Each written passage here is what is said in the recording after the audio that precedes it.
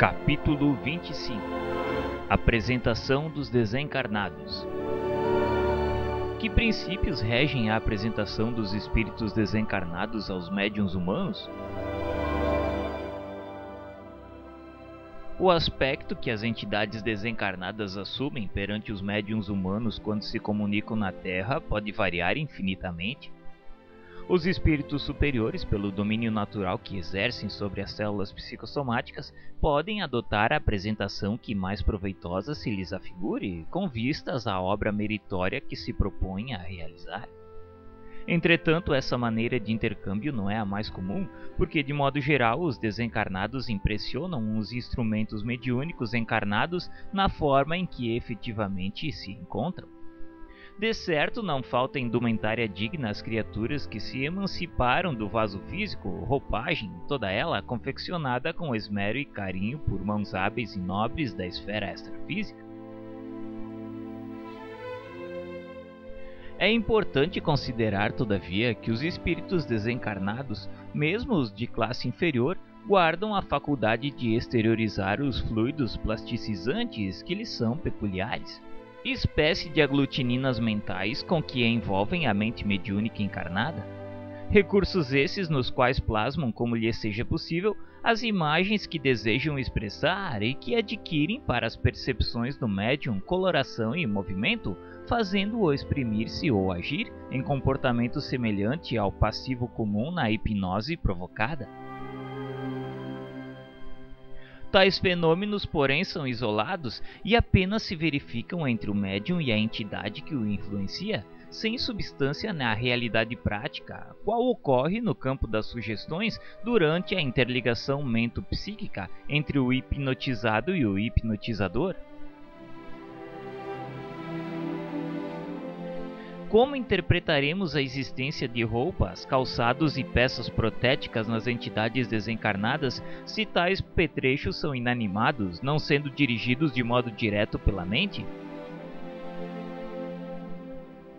A mente não comanda as moléculas de algodão do vestuário de que se serve no corpo físico, mas pode usá-las segundo as suas necessidades do mundo.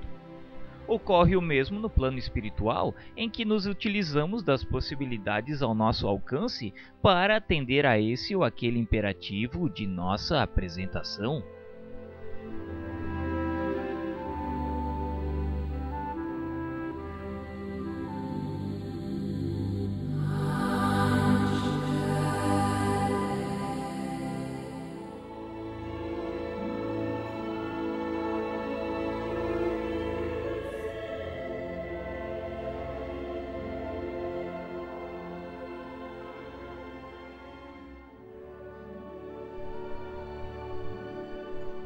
Capítulo 26. Justiça na espiritualidade. Como atua o mecanismo da justiça no plano espiritual? No mundo espiritual, de certo, a autoridade da justiça funciona com maior segurança, embora saibamos que o mecanismo da regeneração vige antes de tudo na consciência do próprio indivíduo. Ainda assim, existem aqui, como é natural, santuários e tribunais em que magistrados dignos e imparciais examinam as responsabilidades humanas, só pesando-lhes os méritos e deméritos. A organização do júri, em numerosos casos, é aqui observada necessariamente, porém constituída de espíritos integrados no conhecimento do direito, com dilatadas noções de culpa e resgate, erro e corrigenda, psicologia humana e ciências sociais, a fim de que as sentenças ou informações proferidas se atenham à precisa harmonia perante a divina providência, consubstanciada no amor que ilumina e na sabedoria que sustenta. Há delinquentes tanto no plano terrestre quanto no plano espiritual. E em razão disso, não apenas os homens recentemente desencarnados são entregues a julgamento específico, sempre que necessário, mas também as entidades desencarnadas que, no cumprimento de determinadas tarefas, se deixam muitas vezes arrastar a paixões e caprichos inconfessáveis. É importante anotar, contudo, que quanto mais baixo é o grau evolutivo dos culpados, mais sumário é o julgamento pelas autoridades cabíveis. E quanto mais avançados os valores culturais e morais do indivíduo, mais complexo é o exame dos processos de criminalidade em que se emaranham, não só pela influência com que atuam nos destinos alheios, como também porque o espírito, quando ajustado à consciência dos próprios erros, ansioso de reabilitar-se perante a vida e diante daqueles que mais ama, suplica por si mesmo a sentença punitiva que reconhece indispensável a própria restauração.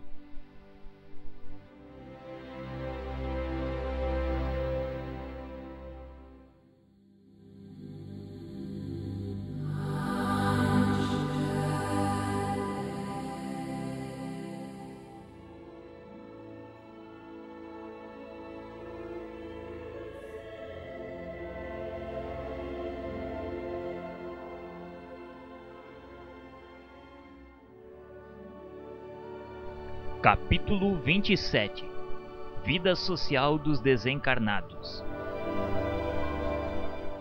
Como se apresenta a vida social dos espíritos desencarnados? No plano espiritual imediato à experiência física, as sociedades humanas desencarnadas, em quase 2/3, permanecem naturalmente jungidas de alguma sorte aos interesses terrenos.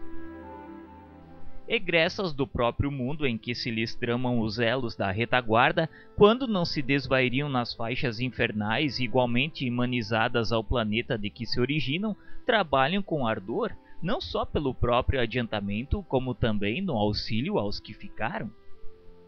Naturalmente, as almas que constituem a percentagem a que nos referimos, distanciadas ainda do aprimoramento ideal, procuram aperfeiçoar em si mesmas as qualidades nobres menos desenvolvidas, buscando o clima adequado que lhes favoreça o trabalho. Convictas de que tornarão a Terra para a solução dos problemas que lhe enevoam ou afligem o campo íntimo, situam-se em tarefas obscuras junto aos semelhantes encarnados ou desencarnados, quando se reconhecem vitimadas pela vaidade ou pelo orgulho que ainda lhes medram no seio, e localizam-se em aprendizados valiosos da inteligência, em se vendo inábeis para os serviços especializados do pensamento, não obstante os talentos sentimentais que já entesourem consigo. Quase todas, no entanto, obedecem aos ditames do amor ou do ideal que lhes inspiram a consciência. Aglutinam-se em verdadeiras cidades e vilarejos com estilos variados, como acontece aos burgos terrestres característicos da metrópole ou do campo, edificando largos empreendimentos de educação e progresso em favor de si mesmas e a benefício dos outros. As regiões purgativas ou simplesmente infernais são por elas amparadas, quanto possível, organizando-se aí, sob o seu patrocínio, extensa a obra assistencial. No plano físico, a equipe doméstica tende à consanguinidade em que o vínculo é obrigatório, mas no plano extrafísico, o grupo familiar obedece à afinidade em que o liame é espontâneo. Por isso mesmo, na esfera seguinte à condição humana, temos o espaço das nações, com as suas comunidades, idiomas, experiências e inclinações, inclusive organizações religiosas típicas, junto das quais funcionam missionários de libertação mental, operando com caridade e discrição para que as ideias renovadoras se expandam sem dilaceração e sem choque. Com esses 2/3 de criaturas ainda ligadas desse ou daquele modo aos núcleos terrenos, encontramos 1/3 de espíritos relativamente enobrecidos que se transformam em condutores da marcha ascensional dos companheiros pelos méritos com que se fazem segura instrumentação das esferas superiores.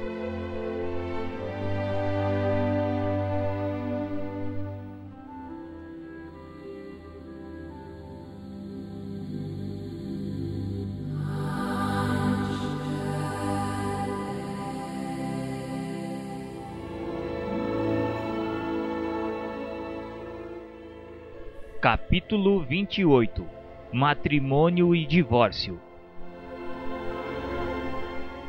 poderíamos receber algumas noções acerca do matrimônio, bem como do divórcio no plano físico, examinados espiritualmente?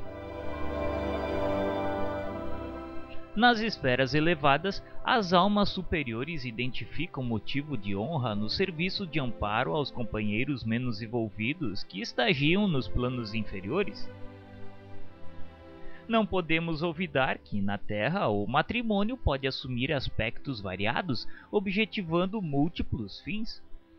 Em razão disso, acidentalmente, o homem ou a mulher encarnados podem experimentar o casamento terrestre diversas vezes, sem encontrar a companhia das almas afins com as quais realizariam a união ideal. Isso porque, comumente, é preciso resgatar essa ou aquela dívida que contraímos com a energia sexual aplicada de maneira infeliz ante os princípios de causa e efeito.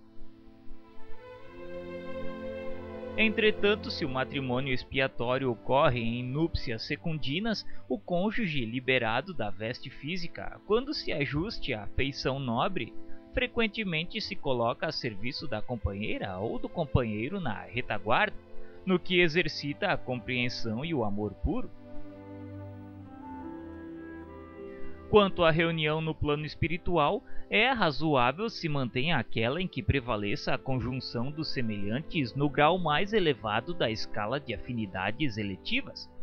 Se os viúvos e as viúvas das núpcias efetuadas em grau menor de afinidade demonstram sadia condição de entendimento, são habitualmente conduzidos depois da morte ao convívio do casal restituído à comunhão, desfrutando posição análoga à dos filhos queridos, juntos dos pais terrenos que por eles se submetem aos mais eloquentes e multifários testemunhos de carinho e sacrifício pessoal para que atendam dignamente à articulação dos próprios destinos.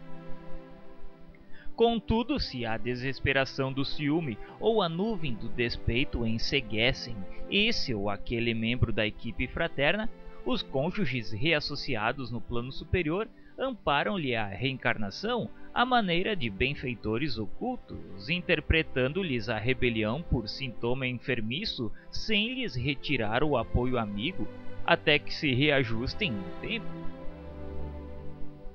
Ninguém veja isso inovação ou desrespeito ao sentimento alheio, porquanto o lar terrestre enobrecido, se analisado sem preconceitos, permanece estruturado nessas mesmas bases essenciais, de vez que os pais humanos recebem, muitas vezes, no instituto doméstico, por filhos e filhas, aqueles mesmos laços do passado, com os quais atendem ao resgate de antigas contas, purificando emoções, renovando impulsos, partilhando compromissos ou aprimorando relações afetivas de alma para alma.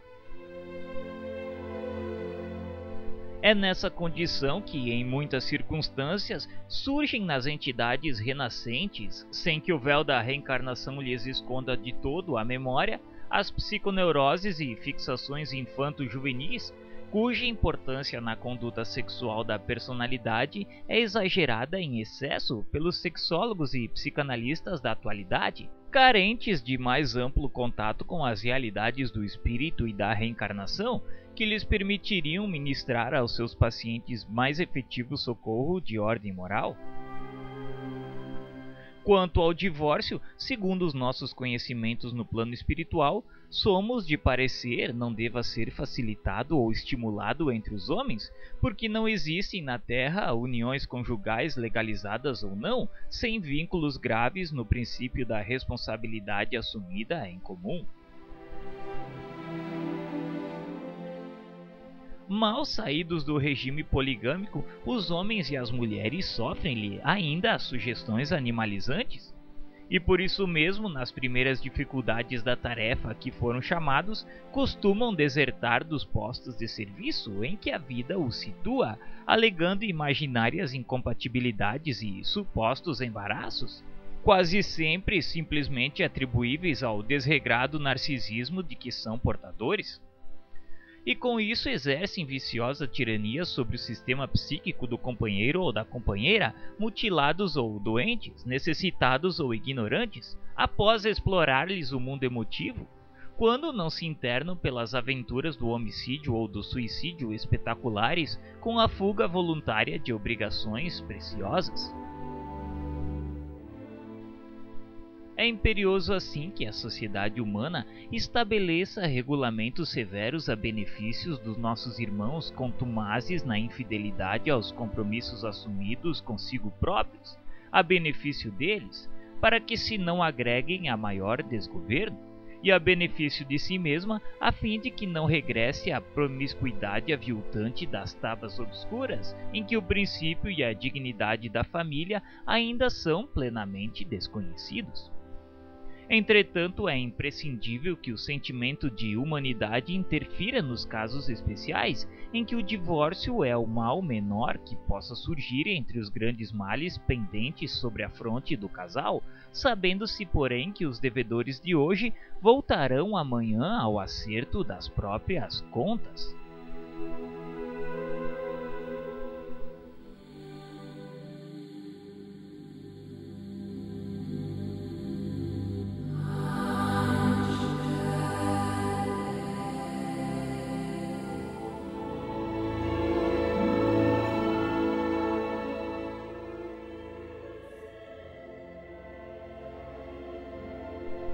Capítulo 29 – Separação entre cônjuges espirituais.